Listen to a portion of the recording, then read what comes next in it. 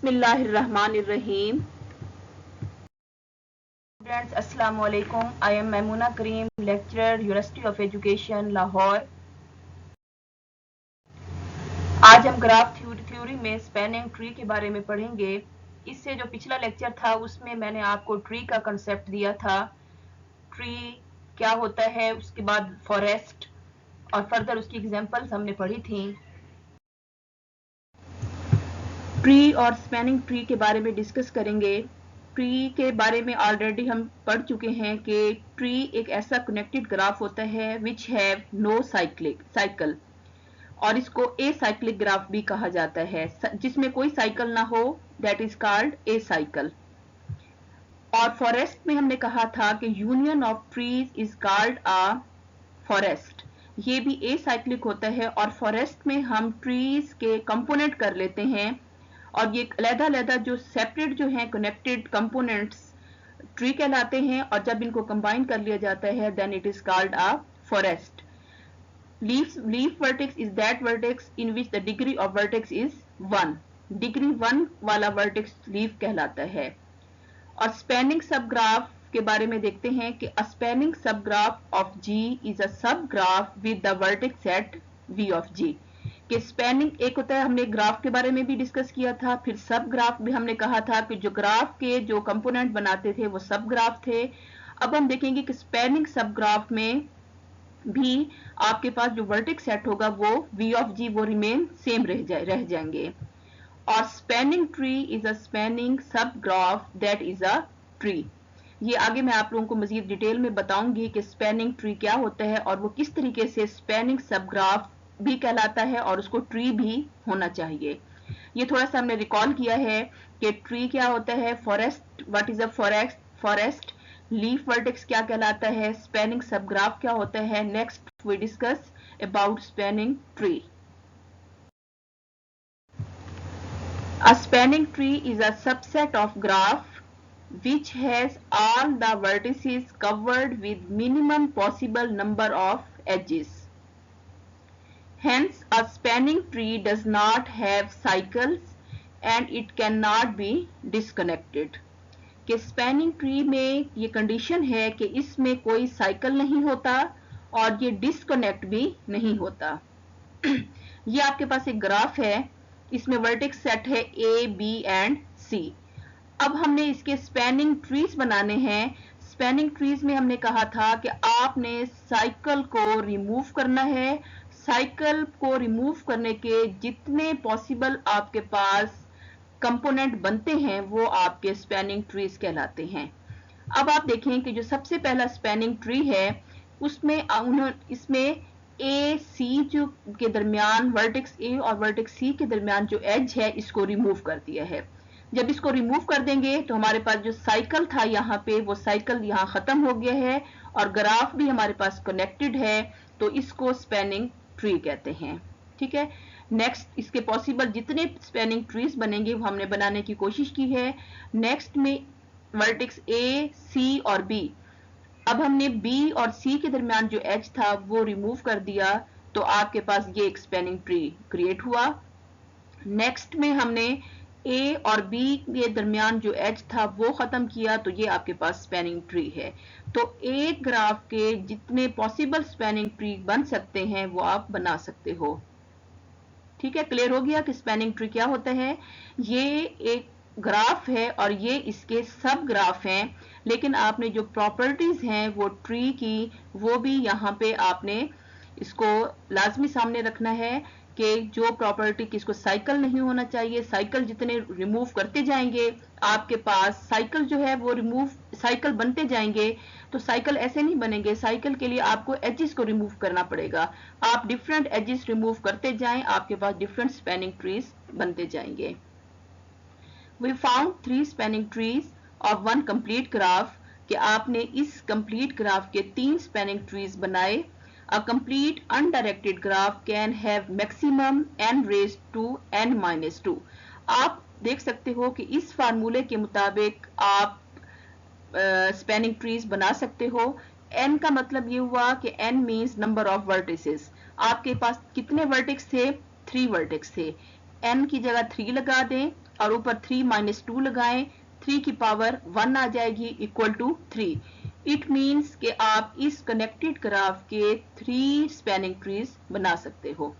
तो अगर आपको कहा जाए, एक ग्राफ दिया जाए और कहा जाए कि इसके स्पैनिंग ट्रीज बनाएं, तो आप इस फार्मूले को जहन में रखते हुए आप उतने स्पैनिंग ट्रीज बना सकते हो। और स्पैनिंग ट्रीज के लिए आपको एजेस को रिमूव करना पड़ेगा, वर्टिसेस जो हैं वो सेम रह जाते हैं। और आपने देखना है कि कहीं पे हमारे पास साइकिल ना हो। अगर आपके पास कहीं से साइकिल होगा तो वो ट्री की कंडीशन पूरी नहीं करेगा, जब वो ट्री नहीं होगा तो वो स्पैनिंग ट्री भी नहीं होगा।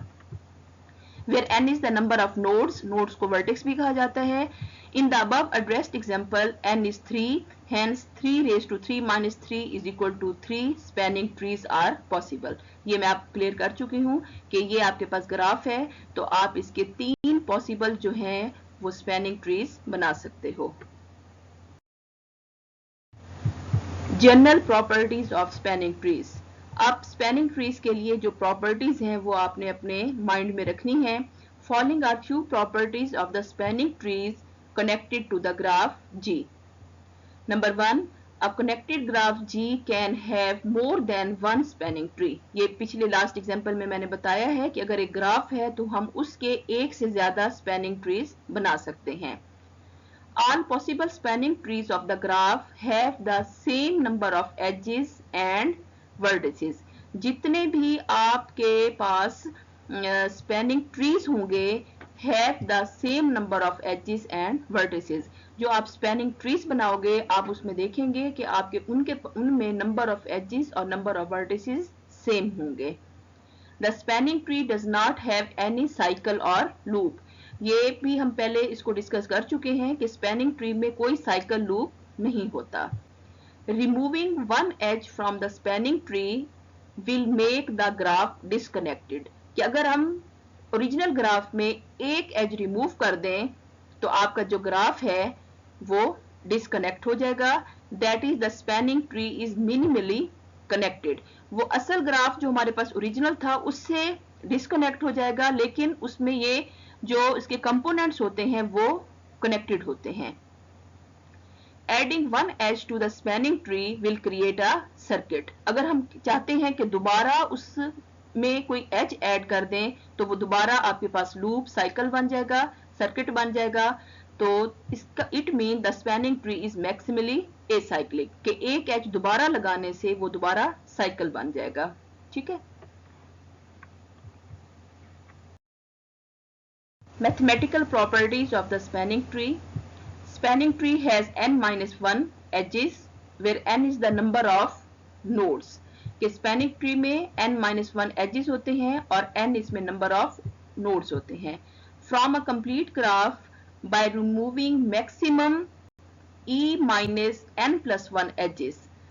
अब आपने क्या करना है कि e minus n+1 edges we can construct a spanning tree। कि ये फार्मूला है, इसके जरिए भी आप स्पैनिंग ट्री को कंस्ट्रक्ट कर सकते हो। A complete graph can have maximum n raised to n-2 number of spanning trees। ये भी आपको बताया है कि इस फार्मूले से भी आप स्पैनिंग ट्रीज बना सकते हैं। Thus we conclude that spanning trees are subset of connected graph and disconnected graph do not have spanning tree।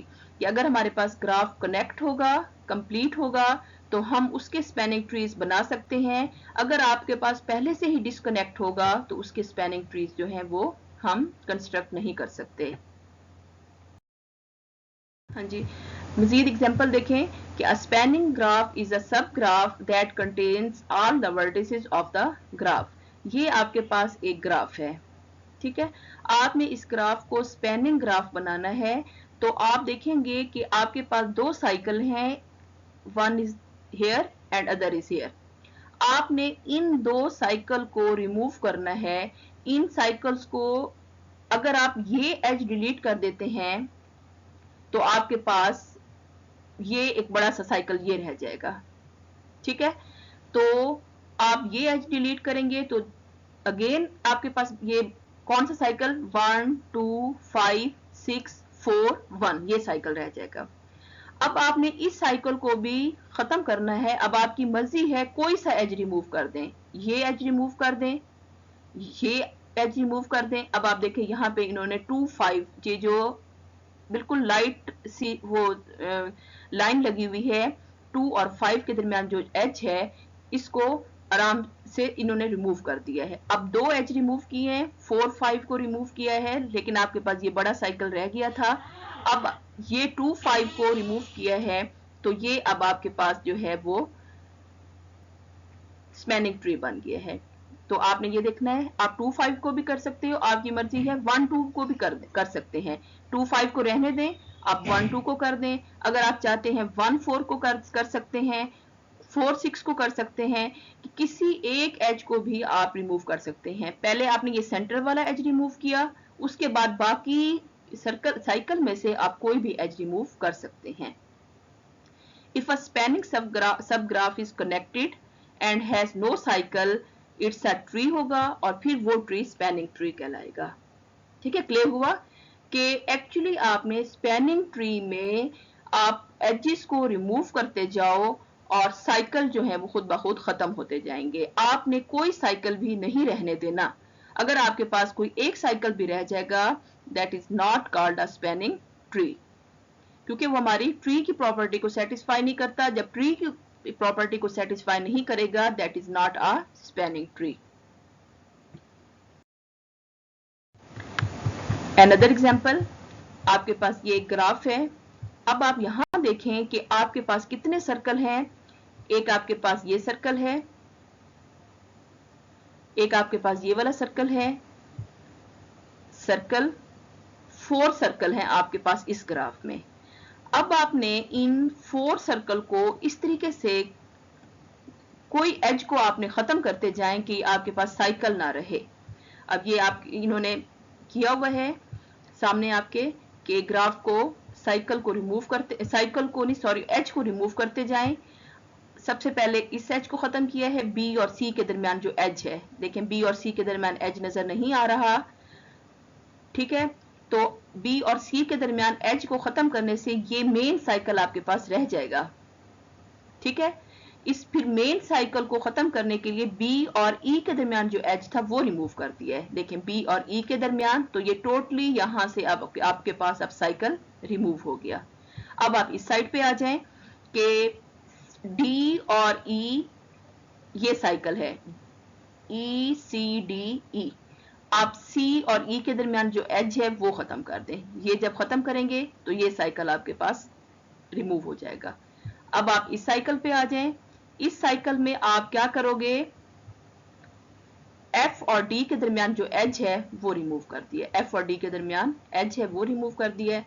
तो ये आपके पास देखें इस डायग्राम में क्लोज फिगर नहीं है, बल्कि ये ओपन फिगर है, ओपन ग्राफ है, कोई साइकिल नहीं है।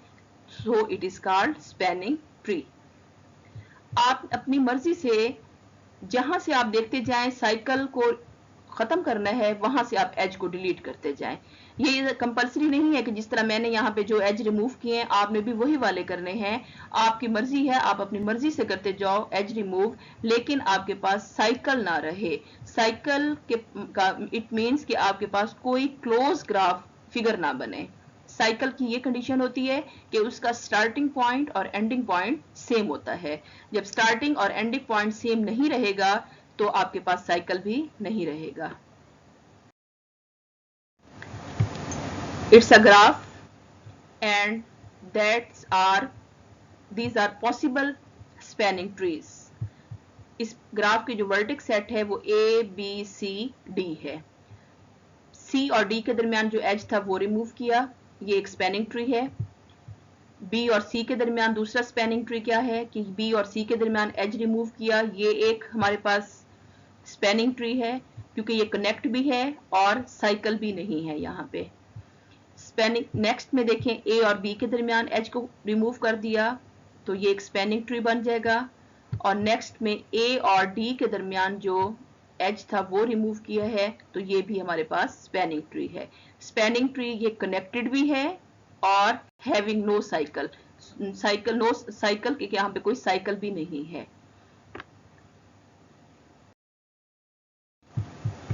नेक्स्ट एग्जांपल है, ये आपके पास एक ग्राफ है, आप इसको ट्राई कीजिएगा कि ये इसके स्पैनिंग ट्रीज हैं। Spanning tree 1 2 3।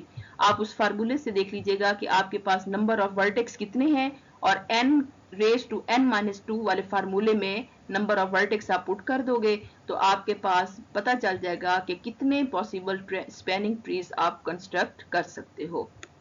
इसको ट्राई कीजिएगा आप।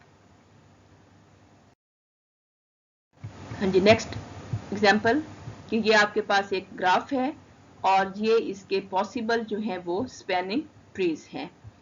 ये भी आप लोग एक्सरसाइज के तौर पर इसको ट्राई कीजिएगा कि नंबर ऑफ वर्टेक्स जो हैं कितने हैं, नंबर ऑफ एजेस कितने हैं, आप कितने एजेस को रिमूव कर सकते हो बारी बारी कि आपके पास वो स्पैनिंग ट्री बन जाए। स्पैनिंग ट्री कनेक्टेड भी होना चाहिए और वहां पे कोई साइकिल भी नहीं होना चाहिए।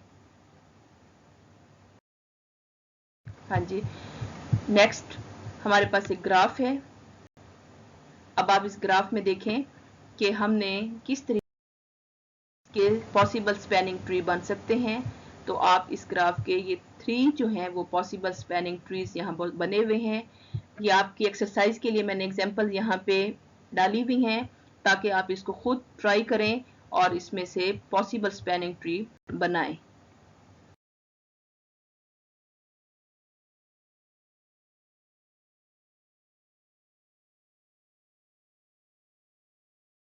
अब हम देखते हैं कि ये एग्जांपल है आपके पास, ये आपके पास एक ग्राफ है। तो हम उस मेथड के जरिए देखते हैं कि किस तरीके से इसमें हमने इसको स्पैनिंग ट्री के साथ मैंने वही ग्राफ दोबारा हर एक इसके साथ स्टेप के साथ मैंने ग्राफ को दोबारा यहाँ पे बना दिया है ताकि हमें देखने में आसानी रहे। ये आपके पास ओरिजिनल ग्राफ है। सबसे पहले हमें ये कहा गया था कि we remove the edge AC, कि आपने जो साइकिल है उसमें से ये आपके पास साइकिल है, ठीक है।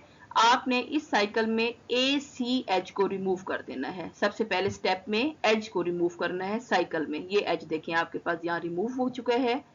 We remove the edge AC which destroy the cycle. कौन से साइकिल को? ADCA। ADCA वो इस साइकिल को रिमूव कर देगा। अब देखिए कि एक साइकिल तो यहाँ पे रिमूव हो गया लेकिन ये वाला साइकिल आपके पास बाकी रह गया है। अब आप नेक्स्ट एज को चूज करोगे ताकि ये भी हमारे पास साइकिल जो है वो रिमूव हो जाए। ये आपके पास ग्राफ था। अब आपने क्या किया कि आपने दूसरा जो था साइकिल, जो आपके पास साइकिल था ABCDA, अब आपने जो CB है आपके पास, आपने इस CB को रिमूव किया है, ठीक है। तो आपके पास यहाँ पे जो साइकिल, 2 साइकिल थे वो आपके पास वो रिमूव हो गए। अब यहाँ पे कोई साइकिल नहीं है। अब आप नेक्स्ट इस साइकिल पे आ जाओगे कि इस साइकिल को रिमूव करने के लिए आप कौन सा एज लोगे कि आपके पास साइकिल रिमूव हो जाए। हाँ जी, देखें कि we remove the edge EC। आपने E और C के दरमियान जो एज लगा हुआ था आपने उसको रिमूव कर दिया, विच डिस्ट्रॉय द साइकिल। अब आपके पास ये साइकिल भी रिमूव हो गया। We remove the edge EC which destroy the cycle DECD in the above graph and thus obtain the following spanning tree। अब आपके पास ये स्पैनिंग ट्री बन जाएगा।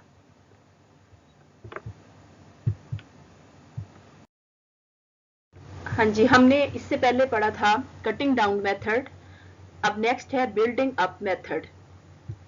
इसके जो स्टेप्स हैं कि select edge of G one at a time, कि आप एक एज जो है उसको सिलेक्ट करेंगे in such a way that no cycle are created, कि आपके पास साइकिल जो है वो रिमूव हो जाए। Repeat this procedure until all the vertices are included, कि आपने इसको प्रोसीजर को रिपीट करते जाना है कि इसमें वर्टेक्स जो हैं वो सारे के सारे इंक्लूड होंगे। सेम एग्जांपल है जो पिछले हमने कटिंग डाउन मेथड में कंसीडर की थी, उसी को एग्जांपल को लेके बिल्डिंग अप मेथड के जरिए करते हैं कि इसके कौन से स्टेप्स होते हैं और इसके लिए हमने किस तरीके से एजेस को सिलेक्ट करना है और साइकिल को रिमूव करना है। ये हमारे पास एक ग्राफ है। इस ग्राफ में हम बिल्डिंग अप मेथड को अप्लाई करेंगे। सबसे पहले है कि चूज द एज AB। आपने इसमें AB एज को चूज करना है। ये आपने एक एज जो है वो AB को इसमें से चूज कर लिए हैं। तो आप नेक्स्ट स्टेप में देखें कि क्या करेंगे। Next choose the edge DE। अब आपने पहले AB एज चूज किया है, अब आप DE एज चूज करेंगे। ये आपने इस ग्राफ में DE एज को चूज किया है। बिल्डिंग अप का मतलब है इसमें हम खुद बनाते जाएंगे और वर्टेक्स जो है उसमें हम क्रिएट करते जाएंगे। After that choose the edge EC। पहले आपने AB एज चूज किया है, फिर आपने DE एज चूज किया है, अब नेक्स्ट आपने EC एज को चूज किया है। अब देखें कि आपने एज EC को चूज किया है। Finally we choose the edge CB and thus obtain the following spanning tree। EC को चूज करने के बाद आपने CB एज को चूज किया है, इसके साथ कनेक्ट कर दिया है, तो आपके पास ये एक स्पैनिंग ट्री बन जाएगा। और स्पैनिंग ट्री कनेक्टेड ट्री है, स्पैनिंग ट्री है and have no cycle. Cutting down और बिल्डअप में इस तरह से है कि आपने दोनों में साइकिल को ही रिमूव करना है, और आपने जो बिल्डिंग अप उससे इस तरह डिफरेंस है कि यहाँ पे आप एज को चूज करते जाएंगे, एज को चूज करते जाएंगे और उनको आपस में कनेक्ट करते जाएंगे, और उस वक्त तक आप सारे जो वर्टेक्स जो सेम जितने ओरिजिनल ग्राफ में थे उसमें भी आपने उतने ही वर्टेक्स लेने हैं, लेकिन आपने इसमें यह देखना है कि साइकिल जो है वो रिमूव हो जाए। तो ये दो मेथड आप इस्तेमाल कर सकते हो ये स्पैनिंग ट्री को ड्रा करने के लिए, कटिंग डाउन मेथड और building up method. Thank you very much dear students. आप इसको दोबारा स्टडी कीजिएगा कि ट्री, स्पैनिंग ट्री की क्या प्रॉपर्टीज हैं, इन दोनों में क्या डिफरेंस है, और मतलब आप स्पैनिंग ट्री बनाने के लिए कुछ एक्सरसाइजें दरमियान में मैंने एग्जांपल ऐड की हुई हैं। आप इसको खुद अपने तरीके से डिफरेंट एजेस को रिमूव करके देखिएगा कि कितने आपके पास ओरिजिनल ग्राफ से कितने स्पैनिंग ट्री बन सकते हैं। Thank you.